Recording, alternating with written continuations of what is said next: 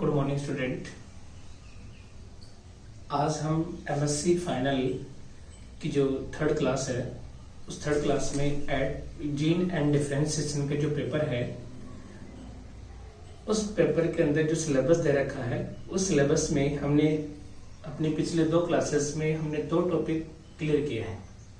8.1 वो था पूरी यूनिट का, वैसे अगर नाम देखते हैं तो पूरी यूनिट का था endocrine control of Metamorphosis. Endocrine control of Metamorphosis. अगर हम इसकी बात करते हैं एंडोक्राइन कंट्रोल ऑफ मेटामॉर्फोसिस, तो इसमें हमने दो फाइलम में पढ़ा है।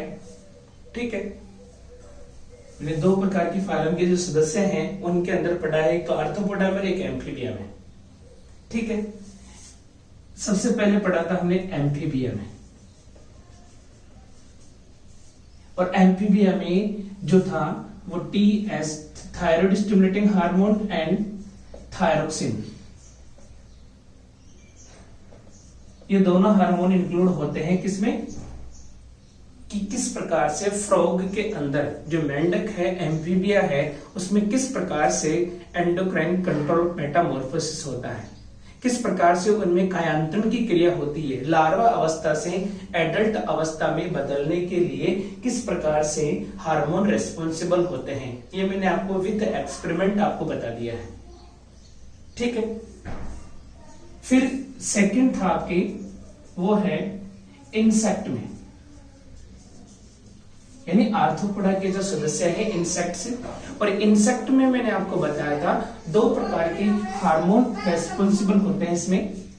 एक था इक्डायोसिन और दूसरा था जुवेनाइन हार्मोन JH। लार्वा से एडल्ट में बदलने के लिए इक्डायोसिन हार्मोन जो प्रोथेरेसिक ग्लैंड से सिक्रेट होता है। ठीक है,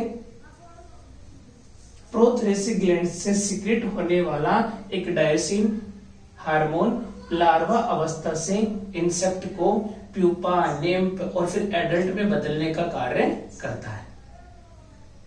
ठीक है, लेकिन यहां पर एक कंट्रोल और हो रहा है, ब्रेन के दूसरे पार्ट से सिक्रेट होने वाला JH हार्मोन, जुवेनाइन हार्मोन। जुवेनाइन का मतलब था बाल्यावस्था, H का मतलब हार्मोन।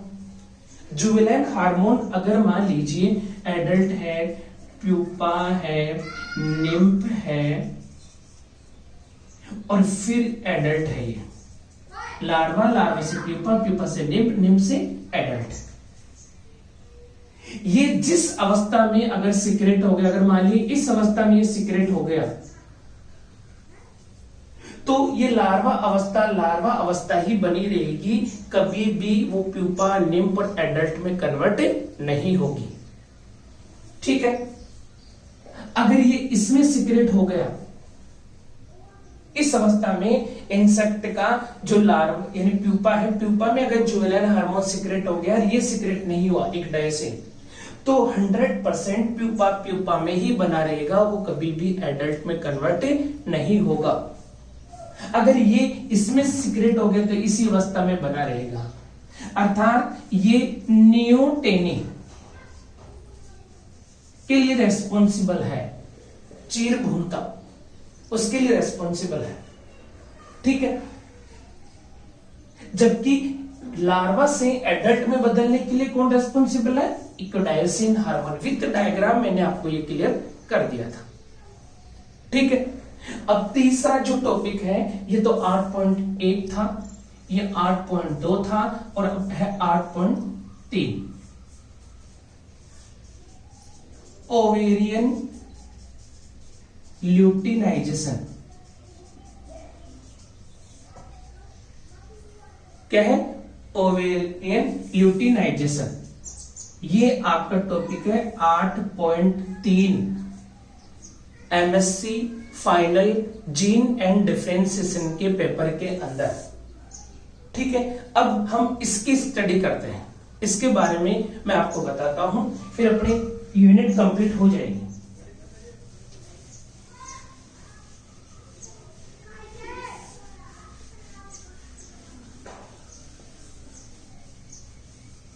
देखो कुछ बच्चों के कमेंट्स हैं कि नोट्स लिख रहे हैं या नहीं लिख रहे हैं। आपको नोट्स प्रॉपर तरीके से, मैं जो आपको ग्रुप पे पीडीएफ सेंड कर रहा हूं, आपको प्रॉपर तरीके से जीन एंड डिफरेंशिएशन की यूनिट लिख के 8वीं जो यूनिट लिखा रहा हूं उसके मैं आपको पॉइंट्स बताता जा रहा हूं कि कौन सी यूनिट का ये क्या टॉपिक है। ठीक है, तो आप उसी हिसाब से अपना ये टॉपिक कॉपी रफ यानी फेयर कॉपी के अंदर उतार लेंगे। दूसरी चीज, कुछ यानी 2-3 दिन में जीन एंड डिफरेंशिएशन पढ़ाऊंगा। अब नेक्स्ट क्लास के अंदर आपको पहले मैं बायोलॉजी कोऑर्डिनेटर, दोनों बुक्स एक साथ चलेंगे अपने। तो अपना जो फर्स्ट पेपर है थोड़ा लेंथी भी है, कोऑर्डिनेटा है, ठीक है, पूरा थ्योरेटिकल पेपर है, तो उसमें जो आपको इजी वे में स्टार्टिंग में जो आपके अच्छी तरह समझ में आ जाएगी वो आपको पहले मैं कराऊंगा। ठीक है, तो आप नेक्स्ट क्लास के अंदर प्रिपेयर रहना। आप दूसरी नोटबुक ले लेना, फेयर नोटबुक लेना। उस फेयर नोटबुक के अंदर मैं आपको आपके ग्रुप पे जो व्हाट्सएप ग्रुप है एमएससी का, उसके अंदर आपको मैं ग्रुप के ऊपर भेज दूंगा पीडीएफ, और पीडीएफ के अंदर आप उसको प्रिपेयर कर लेना। ठीक है, इससे पहले मैं आपको बता दूं कि ओवेरियन क्या नाम है, Metamorphosis control by the hormones in amphibia, ये आपके फर्स्ट पेपर के अंदर भी है, उसमें भी 8वीं यूनिट ही है। ठीक है ना, आप एक बार उसको मैच कर लेना। ठीक है, अब पढ़ते हैं हम ovarian luteinisation 8.3 MSc final zoology. Ovarian luteinisation, देखो हमारी ये ओवरी है। अगर हम इस ओवरी की बात करते हैं तो हमारी यानी ह्यूमन बींग्स में, स्तनधारियों में 2 ओवरी पाई जाती है, एक राइट होती है और एक लेफ्ट होती है। ठीक है, ऊपर की तरफ इसमें होती है यानी फैलोपियन ट्यूब, और आगे की तरफ इधर होता है यूट्रस।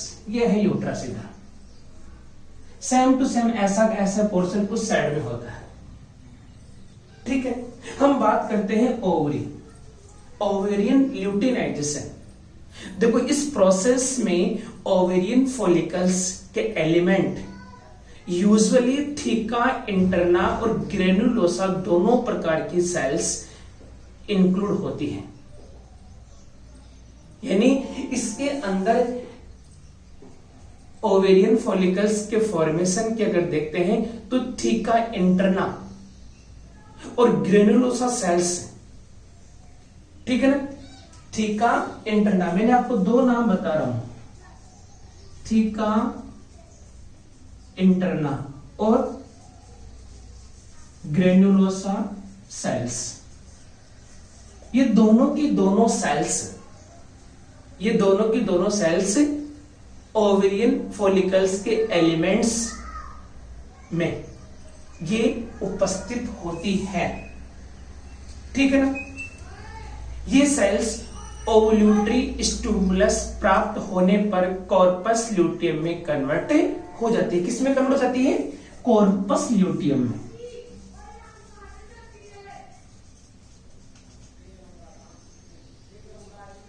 ठीक है, देखो एंटीरियर पिट्यूटरी होती है। पिट्यूटरी ग्लैंड कहां पर होती है? अपने ब्रेन के अंदर, हाइपोथैलेमस के नीचे, ये। और ये इसका एंटीरियर पार्ट है और ये पोस्टीरियर पार्ट है। इस एंटीरियर पार्ट से एक हार्मोन सिक्रेट होता है FSH,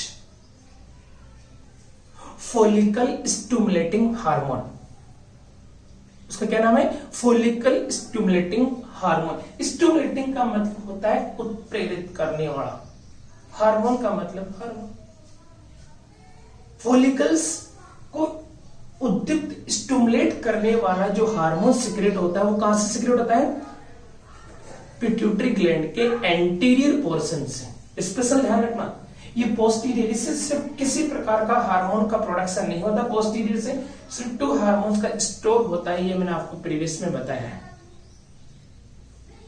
जबकि इससे 6+1 हार्मोन 7 हार्मोन्स का सिक्रेशन होता है एंटीरियर पिट्यूटरी से, और उन 7 हार्मोन्स में एक फॉलिकल स्टिमुलेटिंग हार्मोन है। Anterior pituitary gland FSH secrete होता है, और यह सिक्रेशन लास्ट, अच्छी तरह सुनना, यह secretion last few days of previous menstrual cycle के दौरान होता है, ठीक है ना। और first week of follicle phase में एफएसएच हार्मोन का लेवल पीक पर होता है। First week of the follicular phase, follicles यानी इसमें जो फॉलिकल्स बनेंगे, इस ओवरी, ये ओवरी है, क्या है? ओवरी। इस ओवरी के अंदर जो फॉलिकल्स बनेंगे, जब इसमें फॉलिकल्स बनने की जब पीक होती है, लेवल पीक होता है, ठीक है ना। यानी अगर हम एक बार हम देखते हैं कि यहां पर फर्स्ट वीक ऑफ फॉलिकल्स बनने का जो फर्स्ट वीक है, प्रथम सप्ताह है, उस दौरान ये हार्मोन अपने पीक लेवल यानी अपने उच्चतम स्तर पर होता है, ठीक है। और एफएसएच, जैसे जैसे एफएसएच का सिक्रेशन इंक्रीज होता है, टर्सरी स्टेज ओवेरियन फॉलिकल्स का फॉर्मेशन हो जाता है। किसका फॉर्मेशन होता है? जैसे जैसे फॉलिकल स्टिमुलेटिंग हार्मोन का सिक्रेशन बढ़ता जाता है, वैसे वैसे यहां पर जो फॉलिकल्स बन रहे हैं इस ओवरी में, उसके अंदर tertiary stage of ovarian follicles का फॉर्मेशन होता है, जिससे मेंस्ट्रुअल साइकिल में एंट्री हो सके। जब तक टर्सरी स्टेज ऑफ फॉलिकल्स का फॉर्मेशन नहीं होगा, तब तक मेंस्ट्रुअल साइकिल में किसी प्रकार की कोई एंट्री नहीं होगी, क्योंकि फॉलिकल्स नहीं बनेगी तो मेंस्ट्रुअल साइकिल नहीं आएगी। और एफएसएच के साथ, इस हार्मोन के साथ में ग्रेनुलोसा सेल्स भी इंक्लूड होती है। कौन सी सेल्स इंक्लूड होती है? Granulosa cells. मैंने आपको बताया, ये देखो, ग्रेनुलोसा सेल्स भी फॉलिकल्स के यानी इस प्रोसेस में ओवेरियन फॉलिकल्स के फॉर्मेशन में इंक्लूड होती है। यानी एफएसएच फॉर्मेशन हो गया, एफएसएच का लेवल पीक है, तो फॉलिकल्स का फॉर्मेशन उच्चतम स्तर पर होगा, और तुरंत ही tertiary stage of the ovarian follicles के फॉर्मेशन के साथ ही मेंस्ट्रुअल साइकिल में एंटर कर जाएगा, जिसमें कौन हेल्प करता है? और ग्रेनुलोसा सेल्स। किसके साथ में? एफएसएच के साथ। और जैसे जैसे फॉलिकल्स पर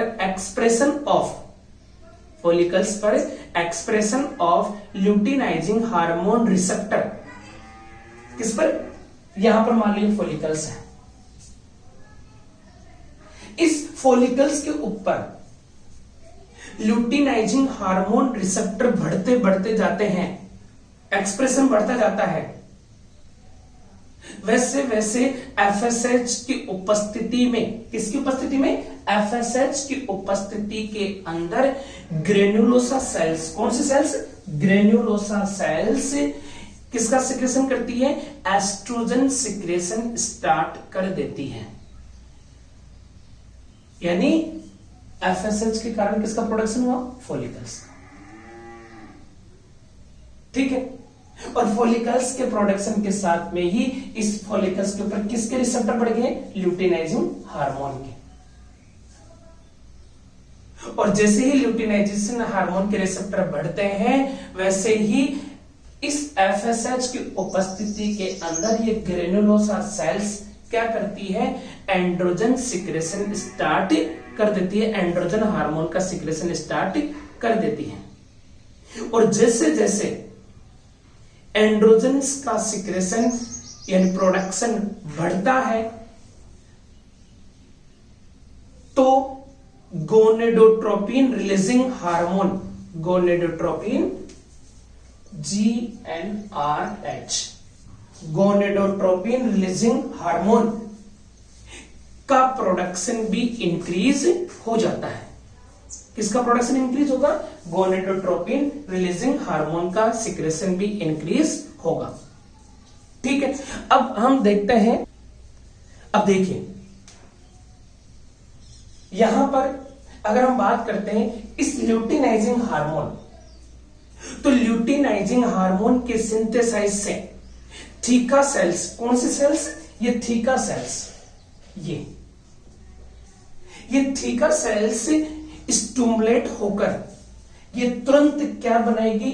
एंड्रोजन का फॉर्मेशन करेगी। किसका फॉर्मेशन करेगी? एंड्रोजन का फॉर्मेशन करती है।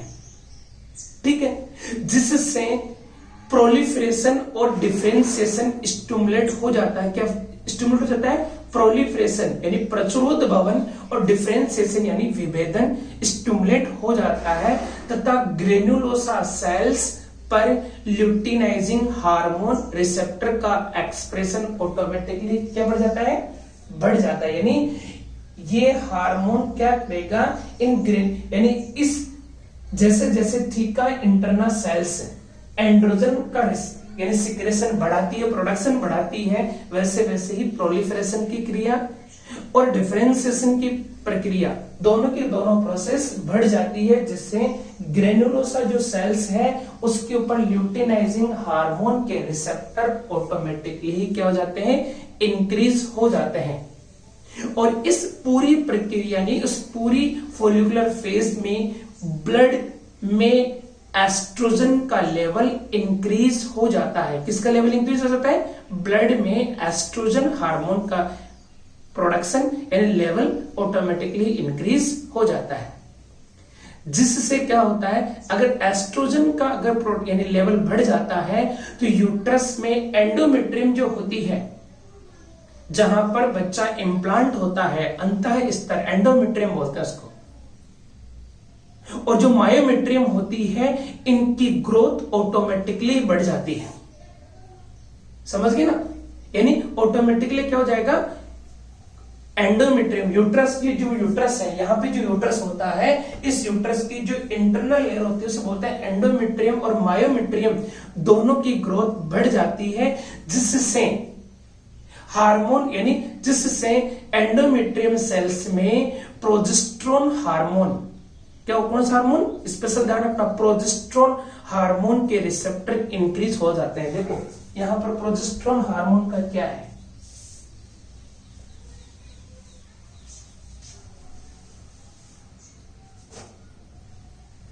मान लीजिए यूट्रस है, तो ये इसकी एंडोमेट्रियम लेयर है। प्रोजेस्टेरोन हार्मोन इस एंडोमेट्रियम लेयर में यहां पर रिसेप्टर बढ़ जाते हैं। रिसेप्टर किसके? प्रोजेस्टेरोन हार्मोन के, क्योंकि जब तक प्रोजेस्टेरोन हार्मोन का को रिसेप्ट नहीं कर पाएगा एंडोमेट्रियम, तब तक ये इम्प्लांटेशन के लिए प्रिपेयर नहीं होगा। ठीक है, जिससे क्या होगा? एंडोमेट्रियम ल्यूटियल फेज में प्रोलिफरेट हो जाता है। किसमें प्रोलिफरेट हो जाता है? ल्यूटियल फेज, क्योंकि प्रोजेस्टेरोन हार्मोन जो कहां से सीक्रेट हो रहा है? यहां से। क्योंकि देखो प्रोजेस्टेरोन हार्मोन कहां से सीक्रेट होता है, वो एक चीज देख लीजिए पहले। प्रोजेस्टेरोन यहां पर जब ओवुलेशन की क्रिया हो जाती है, तो जब ओवम्स बाहर निकल आते हैं इस देह गुहा में, इस सिलोम, इस बॉडी कैविटी में, यहां पर गिर जाते हैं ओवम्स। उसके बाद में इन खाली हुए ओवम्स की जगह पर येलो सेल्स अपना स्थान ले लेती है, और किसका फॉर्मेशन होता है? कॉर्पस ल्यूटियम का। और ये कॉर्पस ल्यूटियम ब्रेक डाउन होकर किसका फॉर्मेशन करता है? प्रोजेस्टेरोन हार्मोन का। और ये प्रोजेस्टेरोन हार्मोन ब्लड के थ्रू कहां जाता है? यूट्रस में। और यूट्रस को मोटा यानी थिक, वैस्कुलर, ग्लैंडुलर और ह्यूमिड जिससे यहां पर जो भी 2n जायगोट आकर इम्प्लांट होगा वो इजी वे में हो सके, ठीक है ना।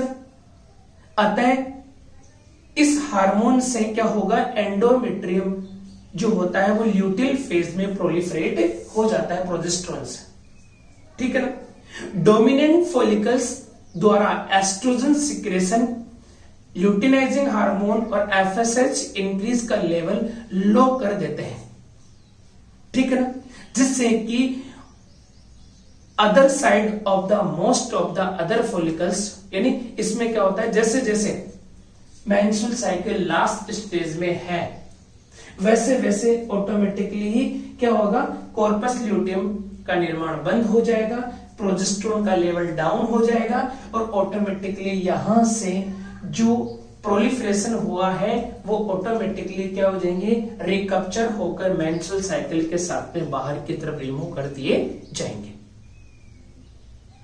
ठीक है। तो ये है अपने ओवेरियन ल्यूटिनाइजेशन, किस प्रकार से ओवेरियन ल्यूटिनाइजेशन एलएच होता है, एलएच किस प्रकार से रिस्पॉन्सिबल है, एफएसएच किस प्रकार से रिस्पॉन्सिबल है, एस्ट्रोजन क्या करता है, प्रोजेस्टेरोन क्या करता है। तो ये अपना टॉपिक कंप्लीट है। आपको इसके नोट्स मैं आपको पीडीएफ पे भेज दूंगा, ठीक है। नेक्स्ट क्लास के अंदर हम जो भी आपका टॉपिक है नेक्स्ट बता देंगे, ठीक है। टुमारो हम हो सकता है बायोलॉजी ऑफ कोर डेटा की बुक का हम टॉपिक स्टार्ट करें, ठीक है। जय हिंद।